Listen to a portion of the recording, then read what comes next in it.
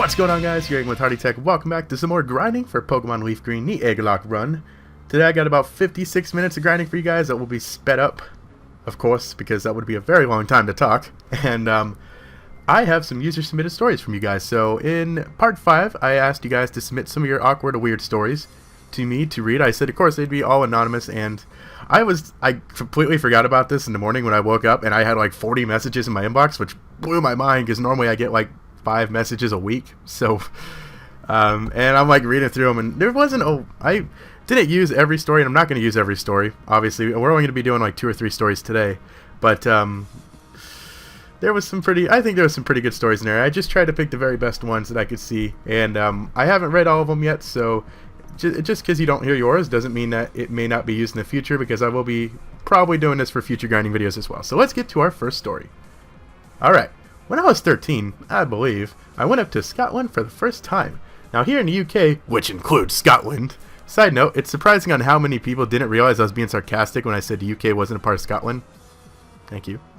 Scottish people have a huge reputation for being generally drunk, angry bastards. I didn't believe this, as I had a friend who was Scottish, and she was the cutest, most shy and innocent kawaii ginger girl you could ever meet. So I went up to Scotland hoping for more cuter ginger girls, typical teenager, and nothing else. First day there, and we went to this incredibly boring museum tour. Fuck knows what the museum was about. Anyway, the bed and breakfast I was staying at with my mom had free milkshakes, so the greedy kid I was, I downed about 5 cups of the stuff, and by the time the tour started, I was absolutely bursting. The tour guide seemed nice enough, so I walked up to her and asked where the toilets were. She exclaimed at the top of her voice, "No toilet breaks, else you'll get lost and missed out on the vital information!" To the rest of the tour group, embarrassing me quite a bit. What a bitch. So I endured this hour-long tour, bursting for the toilet, and she guided us out to the gift shop and out of the museum, before I even had a chance to run to the toilet. So I left the museum and back on the tour coach, still needing to go. Next stop was a trip around Inverse, a city near Scotland. Finally, my mom and I were free of that witch, and I proceeded to try and find some public toilets. Couldn't find one anywhere, so I walked up to what I thought was a policeman and asked where the toilet was. Well, the most insulted face I'd ever seen, he yelled, "Are you bloody kidding, lad? This entire country is a shithole. Might as well piss anywhere and make no difference to me." At which point, I pretty much did wet myself in absolute whore. I guess you could say that bloke, it reinforced the angry drunk Scottishman stereotype that'll live with me for the rest of my life. That explains a lot about Hoodlum Scrafty, not gonna lie. Alright, so our next story for today is an awkward story. I live in Ireland, in a small town. Me and my friend were at his house playing on his Wii or Xbox probably, when I got a call from my mother to come get something from which for the life of me I can't remember. She was in her friend's house up the road a bit. I knew where this house was, so me and my friends walked up to it. Along the way, we thought it would be funny if I walked to the door pretending to be Mario. Mini Mario to be exact. So I knocked the door, while on my knees, until someone answered the door. Someone walked out and looked at me confused. I then said, "It's me, Mario. Is a tractor," my mother's name, "here?" There must have been a party or something there, because about 10 people came from the rooms and stared at me. The woman then asked, "You're looking for a tractor?" Hearing her voice made me realize she was Polish, because at the time lots of Polish people had immigrated to Ireland. It was then I realized everyone in the house was let's try that sentence again. Wait, okay, I lost my place. My apologies. It was then I realized everyone in the house was Polish. I had gone to the wrong house. I then had to try to explain to everyone that I was just a misunderstanding and I had gone to the wrong house, while my friend, being very helpful, sat there laughing at me. It was the most awkward moment of my life, mostly because they didn't understand most of what I was saying. Alright, so our third and final story for today is a bit of a longer one and a bit of a pretty fucked up one, so let's get started.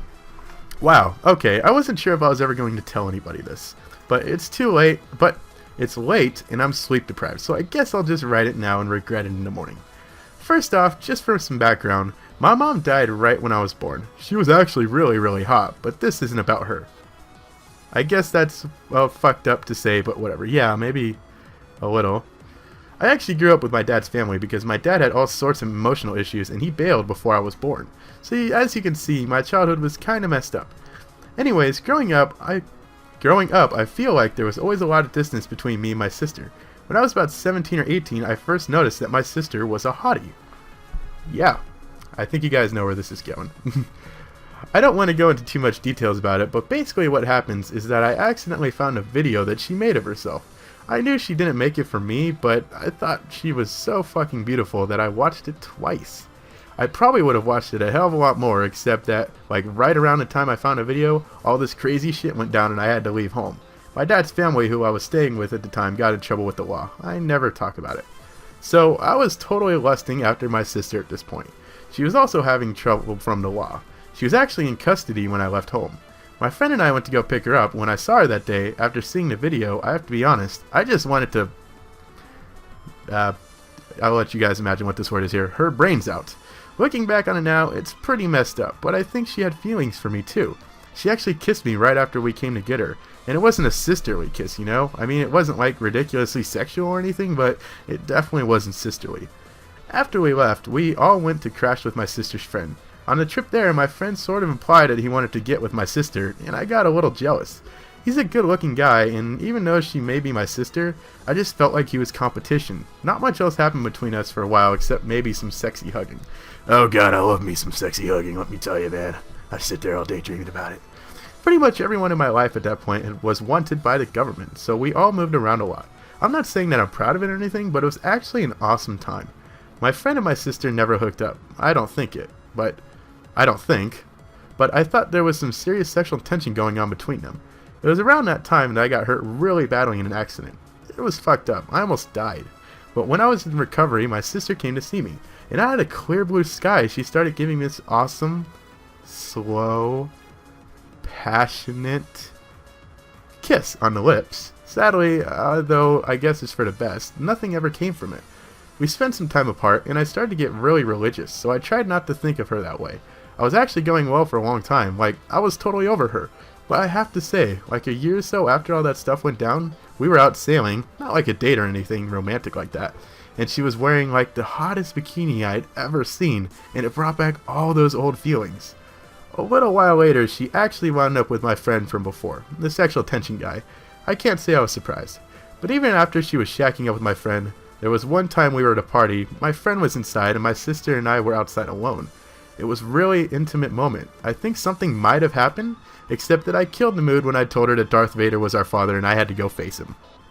That is the best ending to a story ever, by the way. Way to just completely ruin the moment. So, that is going to do it for today's story, guys. I have a question for you. In the comments of the last one where I told you guys the story, someone said I should tell the story of my first kiss. And it's actually, it might be a funny story. I don't know. I've never actually told it to anybody before. I like to think it was somewhat comical. Who knows?